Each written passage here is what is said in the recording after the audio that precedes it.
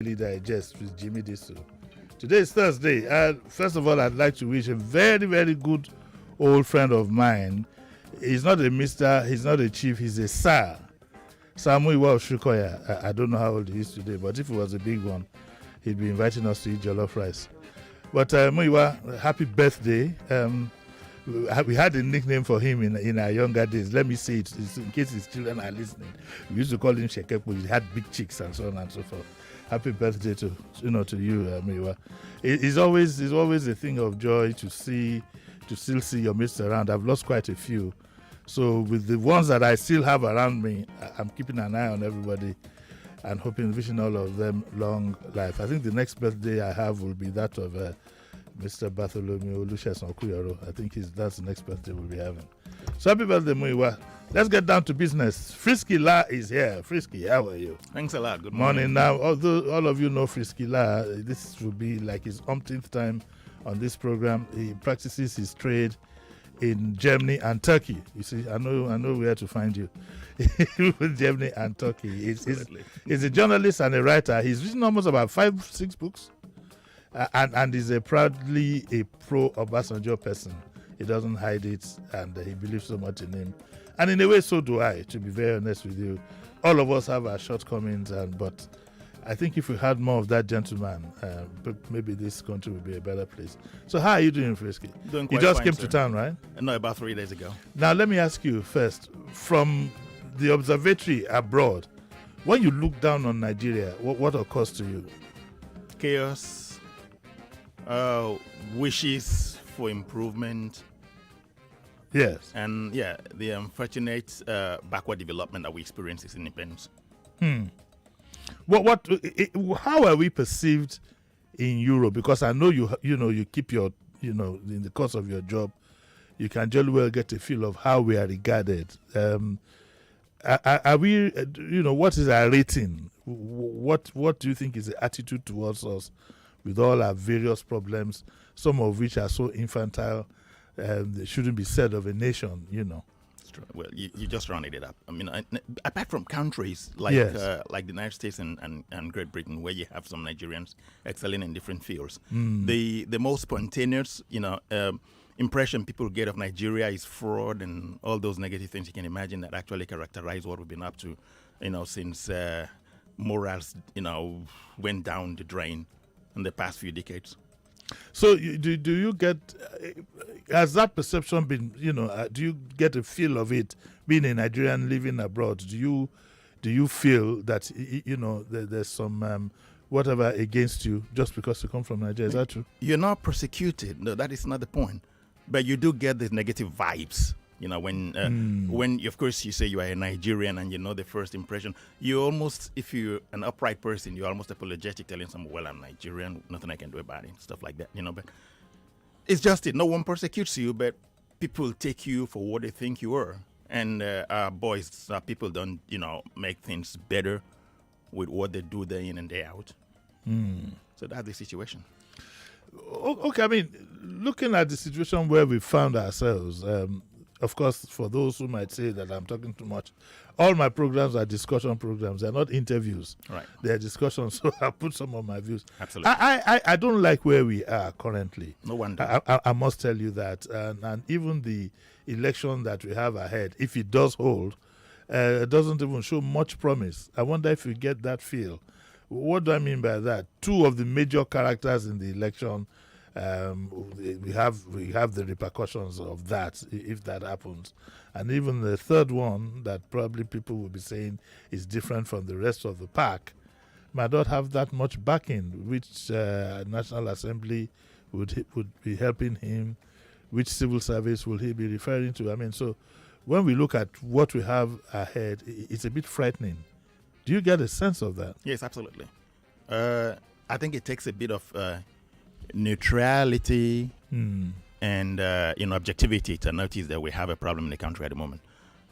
Well, you just rounded it up. There's absolutely nothing to add to what you've just said. The two leading, leading, I don't know, one of the two prominent candidates, or two of the two prominent candidates you just referred to, have a lot of baggage to carry. Yes. And with those baggage on them, of course, you start to wonder, which way out, for the ordinary person. And yeah, the third option that we have also has its own constraints, but not basically of its own making, but systemic constraints that he'll have to put with and will have to accept as unsuspecting citizens. So there's just not much to add to what you've just rounded up. Is there any interest at all in Nigeria abroad? Is there any interest, that we have in the country to say that, okay, there's a particular interest in knowing in which direction we are going? Or have we been reaching up like ex-President Trump said?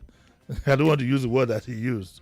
Well, for those, the shithole stuff, innit? Yes. Yeah. Oh, you used that word, I didn't. Yeah, okay, but he used it, actually. I'm only quoting him. But see, if you have a stake in the country, you definitely take interest in what is going on in the country.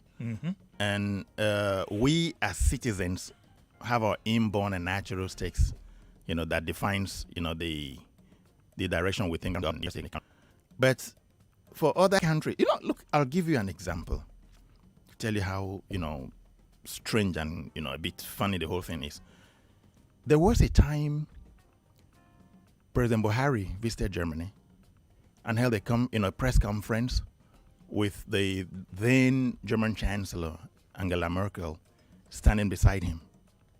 He was asked a question about his wife, and then he gave a very, very funny answer, like my wife belonging to the bedroom and the other room and the kitchen. Yes. Now, the funny thing is this. That was a woman standing beside him. Ooh. You understand? Yeah. That was a female chancellor who was standing there. If a European politician had made that comment in her presence, that politician would have been slaughtered, would have been verbally dissected and torn to pieces in the media and in public perception. So that shows you how much interest and how seriously Nigeria is taken when somebody ignores such a serious faux pas. Because nothing happened, really. Nobody reacted to it. Nobody reacted to it. The only reaction you heard was within the domestic audience in Nigeria. Do you think that we have what you would call a viable foreign policy? I'm a bit worried about, I don't know in what. I remember the good old days of Gaba as a foreign minister in the days of Gawan, and definitely in the days of your Oga, your hero, in the days of Obasanjo. We had clear cut. Thanks to Obasanjo, he was one of the major people that brought an end to apartheid, and that's why he's still well respected till today, in spite of his shortcomings that anybody might want to point to. I think that a lot of people have been victim to propaganda against the man. Whether you like it or not, he's a great man, but like I said, he has his shortcomings like all of us have. But what do you think of Nigeria's foreign policy as we speak? Do you get a sense that we have any at all? Do we have that much presence? Look, it wasn't difficult in the days of Obasanjo to define a foreign policy trajectory. Coming out from prison, having left a legacy in 1989. I'm even thinking of the military days. Way back. Okay, the military days. There was an instead agenda. of being a military leader, yes. There was an agenda to fight apartheid, and empower the frontline states of those days. Yes. That was then. And then 1999, when he came back to power, we were a pariah state. Nigeria was a country that was almost ignored and, like an outcast in the international community. So it wasn't difficult then, carving out, defining a foreign policy trajectory like Obasanjo did, simply to, bring back the last glory and have the country respected again in the community of nations. And that was what he did. So, but afterwards, you never heard anything like anybody, wasting time defining whatever direction they want to go in any of the portfolios, whether foreign ministry, interior, economy, or whatever. Policies are not defined these days because the focal point of getting, assembling, vicarious agents for government is basically compensating people, not competence. If you win a presidency, if you win a powerful position in politics, the first thing you think about is, who am I going to give this juicy position? Who am I going to give this position that will value this? You're not looking for an expert. You're not looking for somebody, who has what it takes to sit down and help you carve out a direction that will, he thinks will help the country and give you a legacy to lean back on when you leave power. So that is why there is no policy direction at the moment. Definitely not under General Buhari. Well, I think that philosophy of payback is what one of the major candidates is also, predicating his bid for the presidency on. That is my turn. I've made so many people. It's time for people to make me, and well, it seems to be acceptable to quite a number of people. The elections will validate that or otherwise. Are you following the elections at all? Very strongly. Very strongly. Very strongly. Do you? Of course, you would have a preferred candidate. I wouldn't want you to mention him though. But what kind of candidate are you looking at? Look, I'll be very, very blunt. You mentioned two categories of candidates today, and mentioned a third option. Yeah. Now, if we didn't have that third option, can you imagine what choice we would have been left with? I wrote an article recently. I don't know. I sent you a copy of that article. We'll probably have been left with the choice of choosing between the devil and the deep blue sea. We have somebody who is, accused of very many things unchallenged, told very many things, no lawsuit, to debunk whatever it is. You've been told you forged a certificate. You've been told you're impersonating somebody. You're using somebody else's identity. You've been told your family identity is not known. You do not go to court one single day to challenge any of them. And then there's information going around that you're having health challenges that borders on what you call it, cognitive correctness. And then there is no medical, nothing, coming out to kind of debunk any of the issues. So you leave the public with the benefit of assumption, assuming the veracity of those things that are said about you, be they rumor or not. But you have not given them any opportunity or any impetus to say, okay, look, we will not dare repeat this rumor because we do not know the authenticity of the basis, because you've done nothing against it. So as long as we assume that nothing has been done to challenge all this, and we assume that those things that are said may be true or may not be true, so we have a foul candidate, a candidate that is basically unacceptable in that sense. And then you have another candidate whose boss has been out a couple of times on books, written, and in very many other things, calling him names and telling him he has been corrupt. Maybe the boss doesn't like him. If he doesn't like him, then challenge what he has said. He has written in books, you understand? So all these things left unchallenged leaves us as observers with the benefit of assumption. But this boss we are talking about, that I think that you are talking about, I don't know who the boss is, and I won't insist that you say so. But this boss has also at one time again endorsed him. Do you know something? Yes. When I read the information that year 2019 that this man had been endorsed, I called his PA. Said, look, I want to grab Baba. I want to talk to him. He told me, look, Baba will be somewhere in Italy next week. If you want to travel to Italy and meet him, I said, no, those must trainers. I'll come to Nigeria. So they arranged a meeting. I went to Baba and said, look, what is this? You're endorsing this man after all that you've written and after all you've told about him. He told me, look, my boy, this man came to my place. There were bishops. There were imams. There were people from all walks of religious life. So who am I? Am I God? They all came appealing to me to forgive him. Why shouldn't I forgive him? There were bishops. There were bishops. There were imams. There were imams. There were leading, what you call them, religious personalities. Very, very, well-known names making headlines. So they all came in there and said, who am I to refuse to forgive him? And then the choice we had then, it's a milder form of Bala Blue. You understand? There you go again. A milder form of Bala Blue. Because what has Bala Blue got? Is there anything called Bala Blue? Let me even ask you. Let's say you'll be Oyinbo. No. Well, see, the Bala Blue thing, some people call it talking in tongues. So really? Some call it talking in tongues. I don't know. It don't become Woli. Whatever it is, So no, but let's get serious. Let's get serious. Yes. Let's get serious because at that time, what we thought the incumbent president was radiating in 2019. It's a very, very mild situation compared with what we're now confronting, or what we're now faced with, to take over the reins in 2023. You understand? So at that time, now when you have these two choices, then where would we be without a third option? But let people understand, though, that we have about how many people contesting? We have about 14 people there about, and we 18. just 18. We just seem to forget. We just seem to forget the others, and I think it's part of human nature. When you have the leading ones, these things would happen. So it's not as if we're writing off the rest, no. But the concentration is on these three people. That third force, that third guy. What do you think his chances are? His chances are not very high, but I only see chances through the back door. If things get out of control and you have a public upheaval, you have people standing up and not accepting anything that might have gone foul, then you're probably going to end up with an arrangement that will bring him in somewhere into the fold. And you reckon we could go in that direction? We could go in that direction, yeah. If there is an upheaval.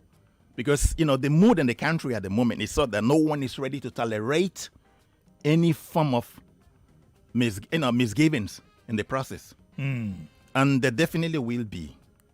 Or else you will not be getting the hula baloo about the currency redesign and, the attempts to frustrate vote buying and all that stuff, You're getting protests, you're getting, people charging. These are all expressions of frustration at a project that is meant to arrest a particular trend. So when things like that are there, so you expect, if not, an all-out irregularity, you definitely have something that will spark public reaction. So let us just assume that if by any chance any of the two win, they have to quickly rein in this third factor for some stability. Is that what but what would be there for him symbolically? Him who? That's the third guy. The third person we're talking about. Look, so far, the impression we've been getting in public is that this man is there for a selfless purpose. All the pronouncements you get is that I'm not there to compensate someone. I'm not there because it is my turn. I am there because I want to right some wrongs. Because I want to keep this table clean again. I mean, I can clean it up, but I'm going to start something. So what's in it for him? What's in it for you? What's in it for me? It's all in the interest of generations born and yet unborn. Do you believe that we should have some kind of generational change anyway? We should, yes. Sure. I think so. I think they should knock us off all we 40 days. Yes. You're saying something that I want to talk about. Let's see. You mentioned we have 18 candidates in the fold, and there seemed to be a focus on 3.5 because I will mention the name now, Kwan so, okay. On the half side of the equation. So you got 3 candidates and you got another half full half in the sense of viability, in the sense of appeal to the electorates and all that. So I put it that way. Now, when the other candidates do not have enough resources to push them on, they have a problem. And when those who do not have enough candidates, for instance, a part of them come out and propagate the idea of marketing Ekiti weed, marketing Canadian weed, you don't have any chance of being elevated. You don't have any chance of being put into consideration. And then you also have candidates who just lackluster. Yeah. There's no single elevating factor about their coloration. They're just candidates in name, and probably they have something to add in their CV as time goes on. I was a presidential candidate at this time of my life. Well, I also hear that some of apparently INEC just give them certain amounts of money to run the election, and that some of the parties might just jolly well be looking forward to that. The benefit, yeah. To that benefit. It's 2:21. I'll take a break anytime from now. We will take calls 0700 993 993 993 after the break, and of course 01465 7190. The gentleman in the studio with me is Mr. Frisky La. I got that one right this time. Absolutely. And please don't forget that next week we have the People's Parliament. Friday is full. I still have a space on Tuesday and Wednesday. That's if we decide not to have our usual Dear Bumi. And I think I have one space on Thursday. I have loads of spaces for women. I have only one woman. And so I've reserved spaces for you if there's any woman who is interested in coming for this People's Parliament next week, when you will have the opportunity, to say your piece. please get in touch ASAP. I specifically invited Alex, but I don't know where to find her, and I specifically invited Madam Joy, and she hasn't gotten back to us yet. We'll take a short break, and we'll be right back after this commercial.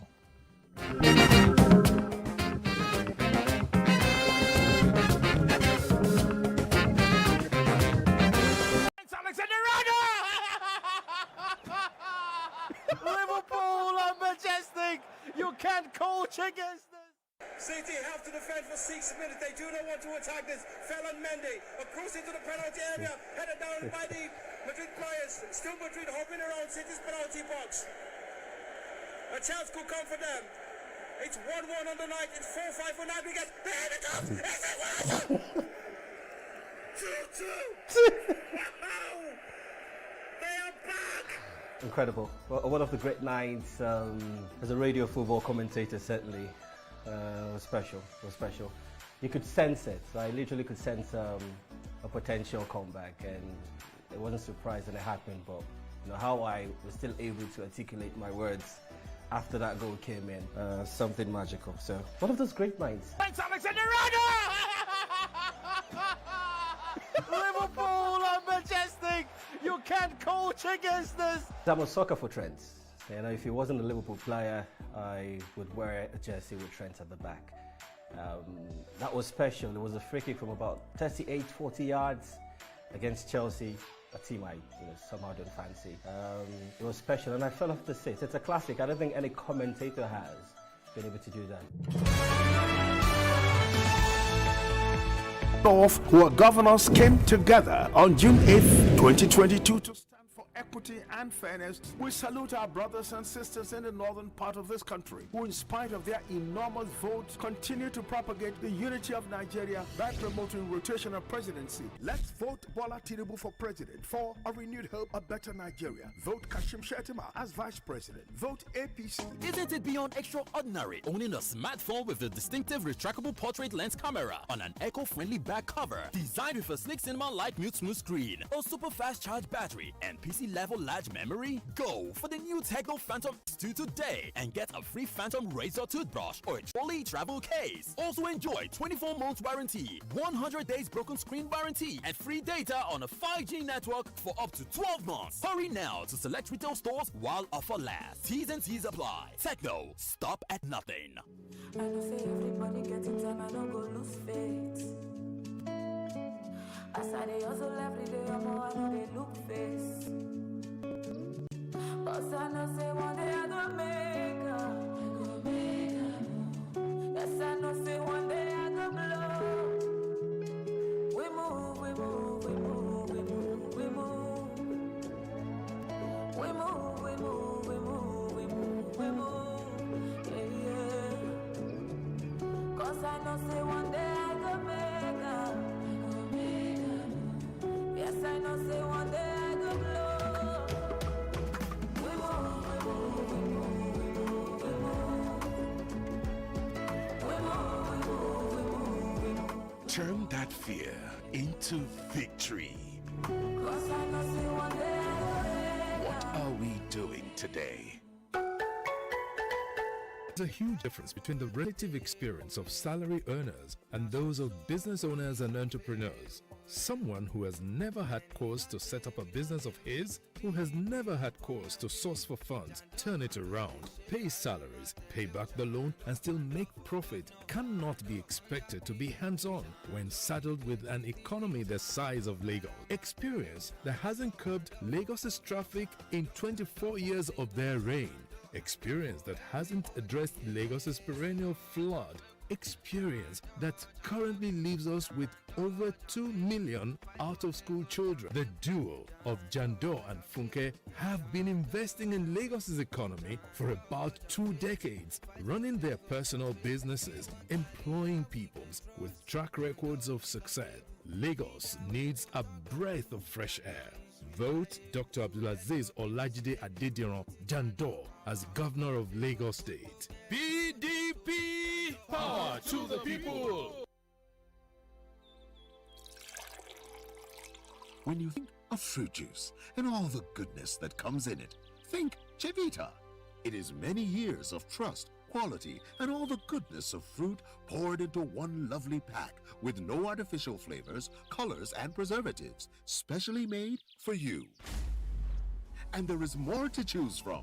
Whatever your preferences are, there is a Chivita for you. If you love an active life, there's Chivita Active. Or you can just relax and unwind with Chi Exotic.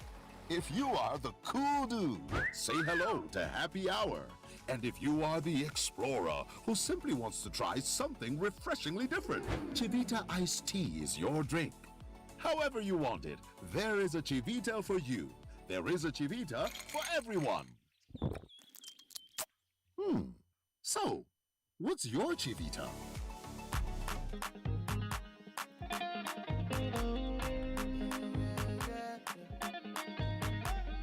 I want to tell you, it's in as it goes. You know, say me and you get it both. The way we sing, don't they go? If we choose well, Sakba go scatter, people go smile, for this country well. It go better, make it better for you and me. My people time don't come to follow Sabi road. As you want you not demand for better tomorrow. For better tomorrow. Lights go day, better go away. Poverty go fade, better throw away. Security go day, better move Nigeria forward together with renewed hope. Vote Bola Ahmed Tinubu and Kashim Shettima for president and vice president. Vote APC. APC Progress. Every day is a good day when you've got what it takes. Cowbell evaporated milk gives your body what it needs. Ain't nothing slow.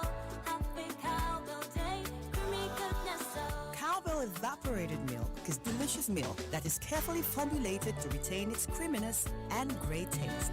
So creamy, so good. Cowbell evaporated milk, so creamy, so good. Cowbell. Thanks for calling Bastion Since HMO. I signed up with Bastion HMO, I don't worry about hospital bills. I get access to top quality healthcare and still save enough for other things. They even help me pre-book my doctor's appointments. Bastion HMO also gives me access to over 1,700 hospitals and clinics with the freedom to switch whenever. I feel so in control of my finances and health. Call 0800 Bastion or visit www.bastionhmo.com to purchase a plan that suits your needs. Bastion Health, the HMO that puts you in control. There is a huge difference between the relative experience of salary earners and those of business owners and entrepreneurs. Someone who has never had cause to set up a business of his, who has never had cause to source for funds, turn it around, pay salaries, pay back the loan, and still make profit cannot be expected to be hands-on when saddled with an economy the size of Lagos. Experience that hasn't curbed Lagos's traffic in 24 years of their reign. Experience that hasn't addressed Lagos's perennial flood. Experience that currently leaves us with over 2 million out-of-school children. The duo of Jando and Funke have been investing in Lagos's economy for about 2 decades, running their personal businesses, employing peoples with track records of success. Lagos needs a breath of fresh air. Vote Dr. Abdulaziz Olajide Adediran Jando as Governor of Lagos State. PDP! Power to the people! We're back. We're back. We're back. We're back. We are back. We're back on 99.3 Nigeria Info. Welcome back. Welcome back. This is Daily Digest with Jimi Disu.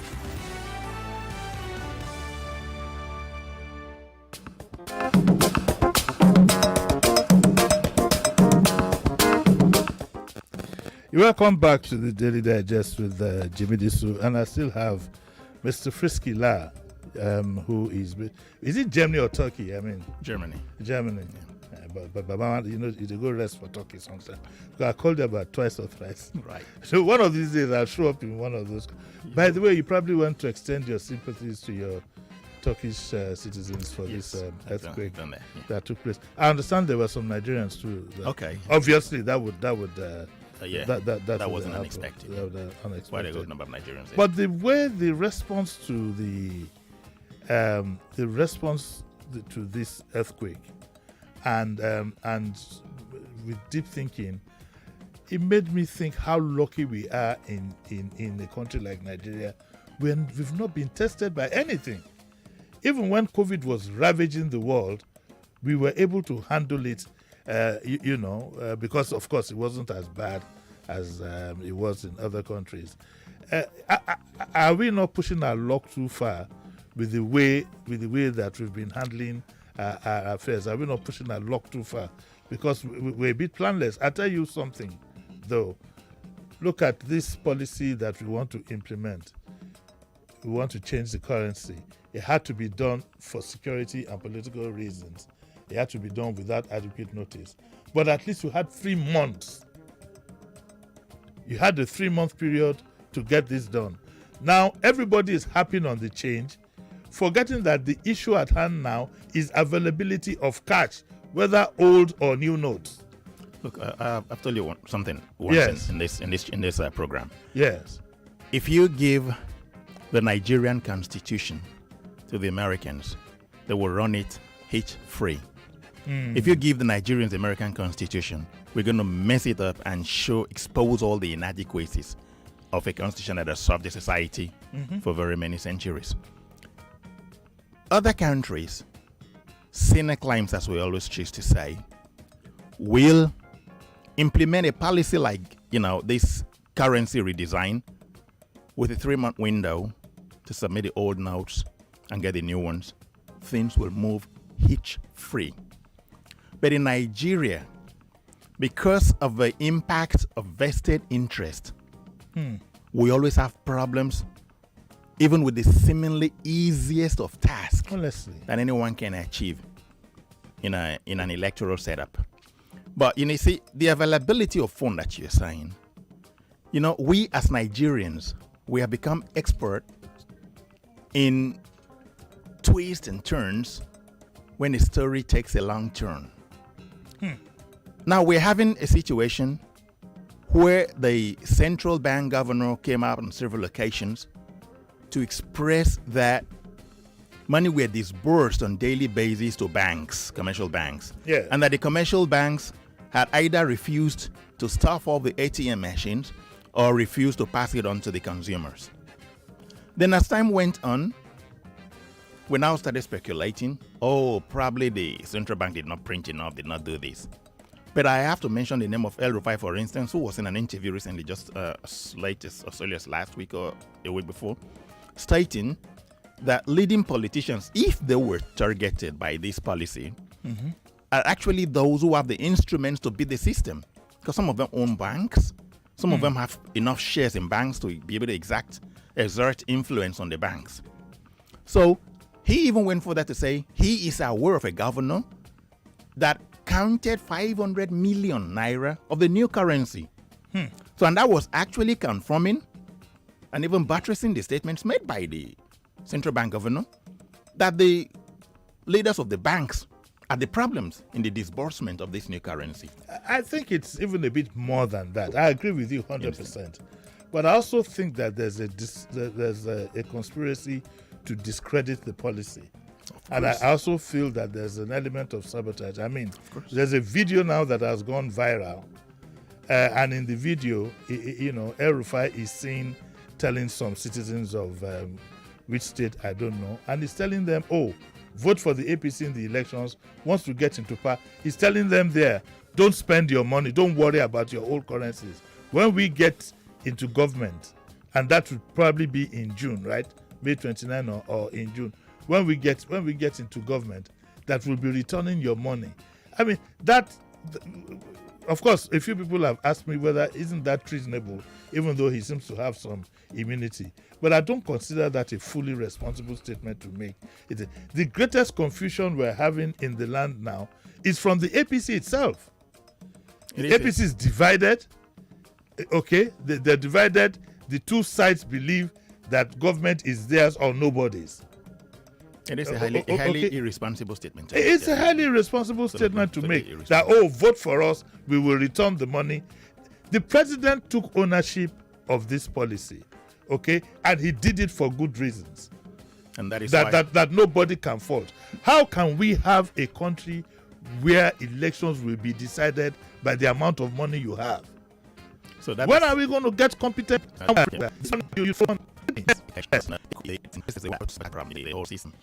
Because as you said, money in politics is not supposed to be playing such a vital role just as for it does here. Yeah. There were people who, stated at the very beginning that a particular candidate ought to be stopped from getting nominated.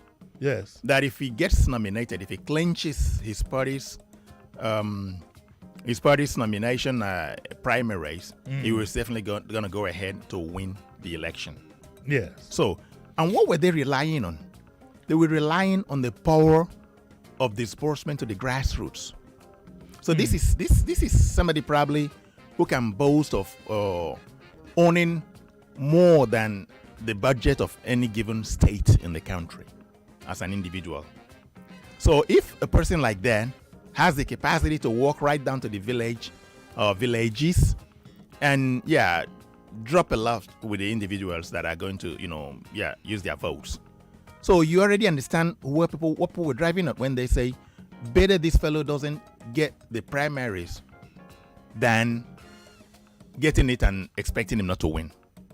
But unfortunately, that person got the primaries. But as it stands today, every rational observer now knows that this man, as the number one citizen of Nigeria, will spell nothing but disaster.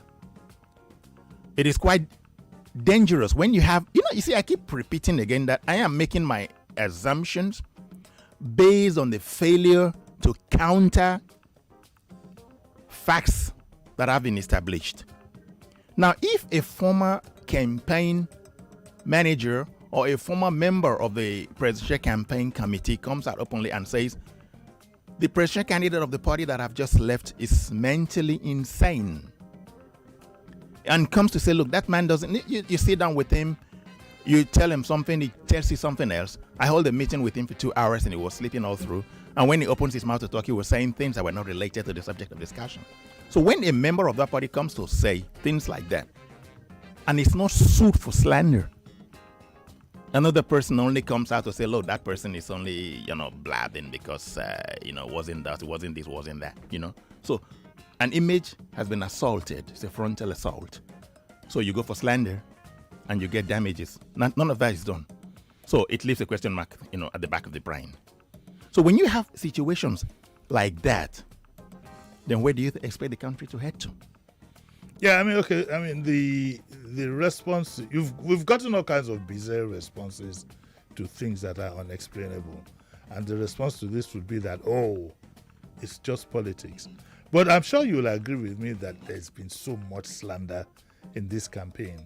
Never have we. And I ask you, in Germany, and okay, let's leave Turkey out of it. That's a holiday destination for you.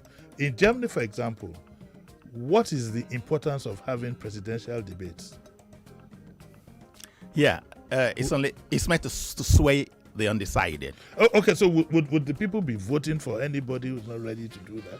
Nobody will, because you see, polls are also standardized in a particular, with a procedural framework, that everybody knows to be authentic. And when the results are out, you're able to gauge the number of undecided, number of independents that you still need to appeal to. So when you do presidential debates, it tends to, resolve the last bit of those who have not made up their mind. So in Nigeria, and it could be a sizable number. It could be a sizable number. But in Nigeria, I don't think we have any such issue. The only way you can sway people is by distributing stuff. You go right down to the... or leaning on sentiment, religious... Even those that lean on sentiments, only a very few of them will do it without expecting anything in return. But let me ask you quickly before we go, looking at the time. What role do you think religion will be playing in this? when you know have a Muslim ticket, yes, you already target a religious role. You already target the sentiment of the northern majority Muslims. So, and that on its own is an affront on the southern Christians. So you're already provoking a collision of religious interests one way or the other. So whether you want it or not, if not overtly, there is definitely a role for religion and for religious leaders covertly behind the scene. Mm-hmm. People are going to be preaching in churches without the gaze of the cameras. People are going to be preaching in churches without any journalists with a pen and paper writing. Probably others will be doing the same thing in the mosque, anywhere else. Yeah. You know? So there is definitely a clash of interest that makes the whole thing extremely volatile. The one wrong move would probably spark a highly uncontrollable social upheaval that no one wants to pray for. So I was debating with somebody on social media the other day. I said, well, don't discount the possibility of getting in an ING, an interim national government. Somebody said, God forbid, that would not happen, that would this, that would that. Look, that is much more preferable to me than having somebody installed who will constitute a disgrace to Nigeria worse than what we saw of the president of South Sudan wetting his pants in a public function. A president who will stand in front of the United Nations and telling them blah blah and whatever I mean, local or whatever it is, it's not something you want to have to represent a country as great as Nigeria, no matter how much we deny the greatness. Well, I think that's more or less for the people to decide if it matters to them. I think that as far as this election goes, the choices are out there. There's nothing more to stress, really. So it's just a case of where you want to go. But one thing I find we don't have in our people is what I would call a national spirit. You find everybody thinking of himself, of his family. Look, Jimmy, let me interrupt you. I'm sorry, because you just asked a question and you answered it yourself. You know, so you know, the point is this: I was telling you, if it comes to an ING, I have no qualms with it. But you say that is up to the people to decide, right? Yes. And then you know the decision of the people is viable, and you know the interest that people pursue in making their choice is influenceable by dubious means. Yes. So, and eventually it is now beginning to look like that is what is going to dominate the situation at the present moment. And if that comes to play, and the only choice left is to adopt the doctrine of necessity, better with me than have somebody placed there who will not mean well. Okay, our lines are open now, and please, as usual, the normal rules will apply. Call from a quiet place, mind your language, and go straight to the point so that we can take as many calls as possible. I'll take my first caller of the day. Hello, good morning. Good morning, Uncle Jimmy. Pastor, how are you? Good morning to your guest. Yes. Good morning. Uncle Jimmy, my take this morning is this. We have built people above institutions. So it makes it look as if our constitution has too many flaws. Why? The oppressors of this constitution are the ones twisting these constitutions. So, for me, if we're going to get it right this time around, let's get a neutral person. Though the person might have government experience before, but let's get someone that doesn't carry any kind of baggages at all. So that by the time the person comes, we can also have opportunity to hold the person responsible to their work. Perhaps, maybe that is the reason why some of them are afraid to even go for one-on-one interview, debate, so that we will not hold them word for word. Thank you, and God bless Nigeria. Well, let me quickly react to what you said, Pastor Ladipo. Pastor Ladipo, the system is so created that person cannot emerge through the process that we have in place. Do you agree with me? Absolutely correct. Yes, I don't think anybody can emerge through what we have now. There's no way. There's no way it's gonna happen. I mean, if you look at some of the candidates we have are bright, relatively young people who would their standing alone will project this country forward. Just like you said, I mean, a president of Nigeria should stand wherever he is and be attracting. You know, like when I heard the president of, not this one, the previous president of Ghana, even this current president of Ghana, when I heard him speak, I was proud as an African. He was eloquent. He made his point, and he had a Pan-Africanist whatever. He didn't go to pander to foreigners and so on and so forth. That is what we hope for Nigeria, but apparently that might not be what we hope for ourselves. It's almost 9:50. So I can take just about 2 more calls. Let me take that Skype call. Hello, good morning. Uncle Jimmy, I greet you, sir. Good morning, sir. Where are you calling from? Yes, sir. My name is Uche. I'm calling from the UK. No, you're calling from Ikeja. It is a shame. Uche, you left us, you jackpot and left us here. Eh? Uncle Jimmy, the way that country is, I've heard you a couple of times say you don't do this stuff, you for don't jackpot. So it has not become that country, I would say. It is a shame. Anyway, let's hear you quickly for 1 minute. Very quickly, Uncle Jimmy, I greet the man in the studio, Freaky La. I think that's what his name is. I greet him. I concur with virtually everything he has said. Look, Uncle Jimmy, this election is significant.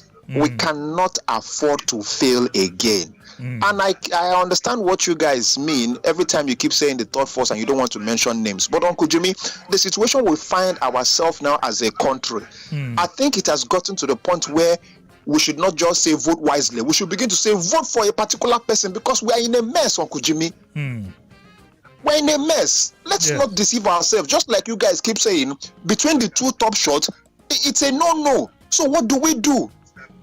Well, thank you, Uncle Jimmy. Okay, democracy means that people must have their choice. So you can't, in a neutral environment like this, tell them that this is where to go. You can guide them, but at the end of the day, the power still lies with the people. Am I right? Absolutely That's correct. what democracy is. The votes, the results of the election this year will now be a reflection of who we are. And that's what it is for me. If the election goes in certain directions, then some of us will get out of the public space because apparently that's the country you're living in, and so that's what it's going to look like.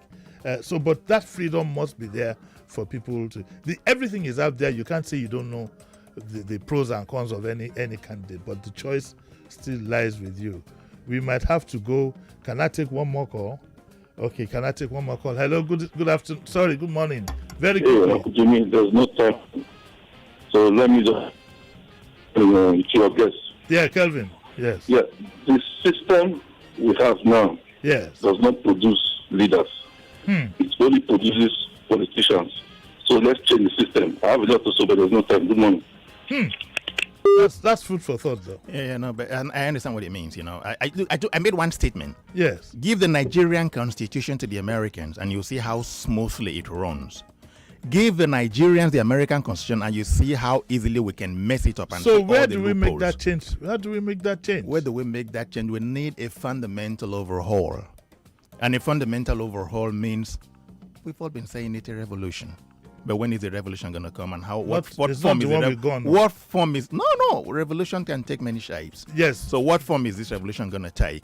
There is the need for something, a seismic shake-up of the system, zeroing down, or what do you call it? Yeah, zeroing down on everything that we've had and starting from square one. Wow. Well, some of us are close to the departure lounge. I don't think we can start again. But that's where we'll lock it up for today, Frisky. Thank you very much for coming. Great. I've had Mr. Frisky La, who is an author. Google his name and you can see the books. Can you give me 2 of the books you've written so people can... Let you run a quick commercial. 2 books. Very quickly. Africa's Diabolical Entrapment. Okay. Lost in Democracy. Okay. Is there any book coming up on Nigeria very soon? I'm not working on any at the moment. Okay. End of story. Tomorrow will be Khalid Mogaji of the APC, so it's something you probably want to listen to. Thank you very much, Frisky. Thank you very much, Grateful. Madam Feta. So take it easy. The Lagos government says that they'll be providing food. I don't know where. We don't have the details. But I think the people's major problem is not food, it's cash. It's not just food, it's cash. And they say that on their buses, you'll be paying half price. How many people will go on their buses and on what routes, I honestly don't know. But for those of us who don't go on buses, are they going to give us petrol to put in our cars? That's a joke. I don't expect that to happen. So I'll be back here tomorrow, 9 o'clock. Remember, on Saturday, Angela Jetumobi is going to be here. Okay, and please remember, we're looking for females to sit in the parliament, the People's Parliament. We are going to have the whole of next week. I'd like to thank you all for listening. See you tomorrow, 9 a.m. God willing. Bye.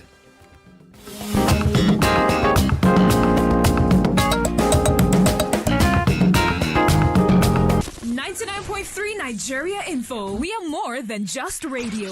Subscribe to our YouTube channel at Nigeria Info FM. Check us out on Facebook at Nigeria Info 99.3. Follow us on Twitter at Nigeria Info FM and on Instagram at Nigeria Info FM Lagos for live updates as it happens. 99.3 Nigeria Info. Let's talk.